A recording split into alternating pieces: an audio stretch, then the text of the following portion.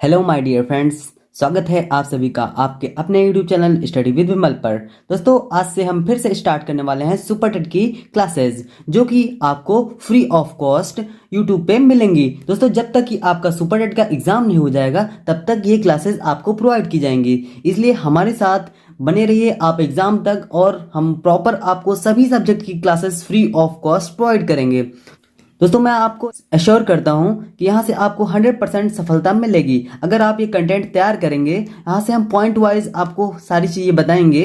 वो point wise जो चीज़ें होंगी आपको नोट करते रहना है, और एग्ज़ाम के अंत में बहुत ही ज़्यादा हेल्पफुल रहेंगी। ठीक है दोस्तों, तो आइए आज का जो सेशन है वो शिक्षण कौशल, इसकी एक अहम भूमिका रहती है सुपर टेट के एग्जाम में। वैसे तो सभी सब्जेक्ट की रहती है, लेकिन शिक्षण कौशल एक ऐसा जो सब्जेक्ट है, शिक्षण कौशल एक ऐसा सब्जेक्ट है जिसकी एक अहम भूमिका रहती है। इसलिए आज हम सबसे पहले स्टार्ट कर रहे हैं शिक्षण कौशल से। ठीक है, तो इसके क्या क्या टॉपिक हम पढ़ने वाले हैं तो उनके बारे में सबसे पहले बात करते हैं। सबसे पहले हम पढ़ेंगे शिक्षण की विधियां एवं कौशल। ठीक है, शिक्षण की विधियां कौन सी होती हैं और इसमें कौन कौन से कैसे कौशल जो है उपयोग किए जाते हैं। ठीक है, अगले नंबर पे हम पढ़ेंगे शिक्षण अधिगम के सिद्धांत। इसमें कौन कौन से सिद्धांत उपयोग में आए हैं शिक्षण में, लर्निंग में। ठीक है, आगे हम बात करेंगे वर्तमान भारतीय समाज एवं प्रारंभिक शिक्षा के बारे में।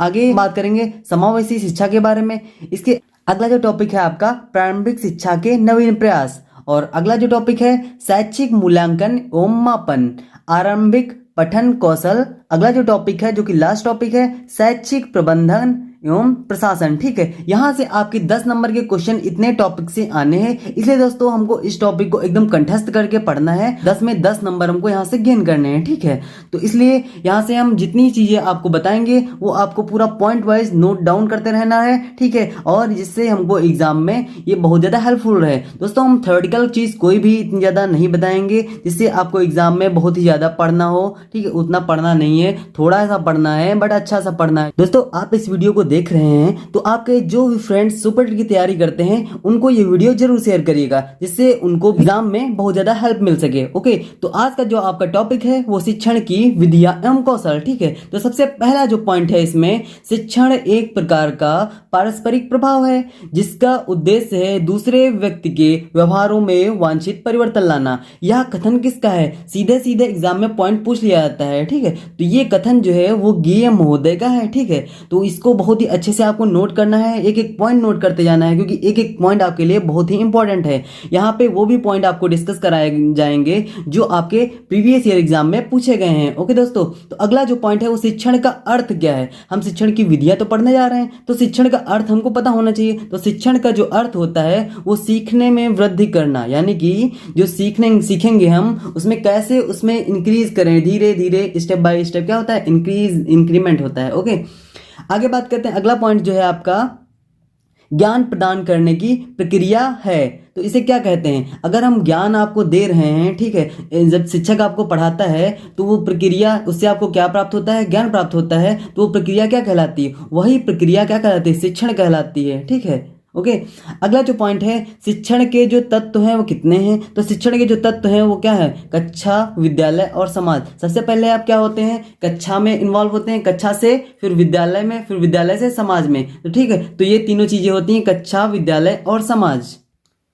अगला पॉइंट जो आपका है वो उद्देश्य के आधार पर शिक्षण के प्रकार कितने हैं। ठीक है, तो उद्देश्य के आधार पर दोस्तों कितने शिक्षण के प्रकार हैं? 3 प्रकार हैं। पर इसके पहले हम क्या पढ़ चुके हैं? शिक्षण के तत्व कितने हैं, वो भी कितने हैं? 3 हैं। ठीक है, 3 का आंकड़ा दोस्तों चल रहा है। ठीक है, उद्देश्य के आधार पर शिक्षण के प्रकार हैं, कितने हैं? तो 3 हैं। कौन सा है? सबसे पहला ज्ञानात्मक शिक्षण, दूसरा कौन सा है? भावात्मक शिक्षण, तीसरा कौन सा है? मनोगत्यात्मक शिक्षण। तो 3 प्रकार हैं उद्देश्य के आधार पर शिक्षण के। ठीक है, अगला जो पॉइंट है, शिक्षण के स्तरों के आधार पर, शिक्षण के स्तरों के आधार पर शिक्षण के कितने प्रकार हैं? तो ये भी कितने हैं? 3 हैं दोस्तों। ठीक है, 3 का आंकड़ा दोस्तों चल रहा है। ठीक है, सब कुछ 3 3 3। ओके, शिक्षण के स्तरों के आधार पर शिक्षण के प्रकार कितने हैं? 3 हैं। ठीक है, तो पहला क्या है? स्मृति स्तर, दूसरा कौन सा है? बोध स्तर, तीसरा कौन सा है? चिंतन स्तर। दोस्तों, यहाँ पे स्तर आ गया है तो इससे आप याद रखेंगे, पहला स्मृति स्तर होगा, दूसरा बोध स्तर होगा, तीसरा चिंतन स्तर होगा। ओके, अगले नंबर पे हम बात करेंगे शासन प्रणाली के आधार पर शिक्षण के कितने प्रकार होते हैं। तो ये भी दोस्तों कितना है, 3 है। ठीक है, आप ऊपर से नीचे तक अभी देख रहे होंगे सब 3 3 3। ठीक है, 3 का आंकड़ा चल रहा है दोस्तों। ठीक है, तो यहाँ पे पहला क्या हो गया, एक तंत्रीय शिक्षण, दूसरा क्या हो जाएगा लोकतंत्रीय शिक्षण, और तीसरा क्या है हस्तक्षेप रहित शिक्षण। ठीक है, तो 3 प्रकार के क्या हो गए,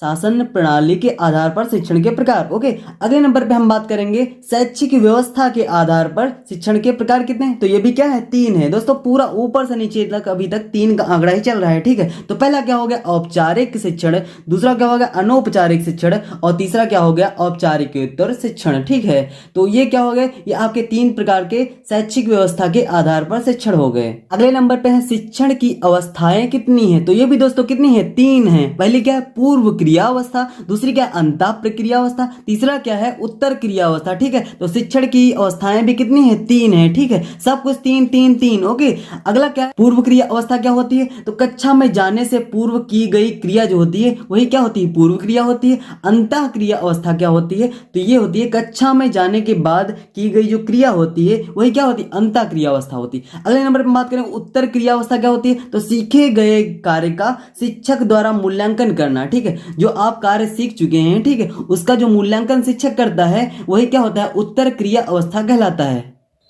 अगले नंबर पे जो आपका पॉइंट है वो शिक्षण विधियां क्या होती हैं। ठीक है, यहाँ पे यही क्वेश्चन पूछ रहा है। तो शिक्षण को रुचिपूर्ण एवं प्रभावशाली बनाने का जो तरीका होता है वही क्या होता है, शिक्षण विधियां कहलाती हैं। ठीक है दोस्तों, सीधे सीधे एग्जाम में क्वेश्चन पूछ लिया जाता है कि शिक्षण विधियां क्या हैं, शिक्षण विधियों का क्या मतलब है। ओके, तो यहाँ पे आपको यही ऑप्शन टिक करना होगा। अगला जो पॉइंट है व्याख्यान विधि क्या है। तो कठिन अंशों को जो सरल बनाती हैं, ठीक है, कठिन अंशों को क्या बनाती हैं, सरल बनाती हैं, वही क्या कहलाती है, व्याख्यान विधि कहलाती है।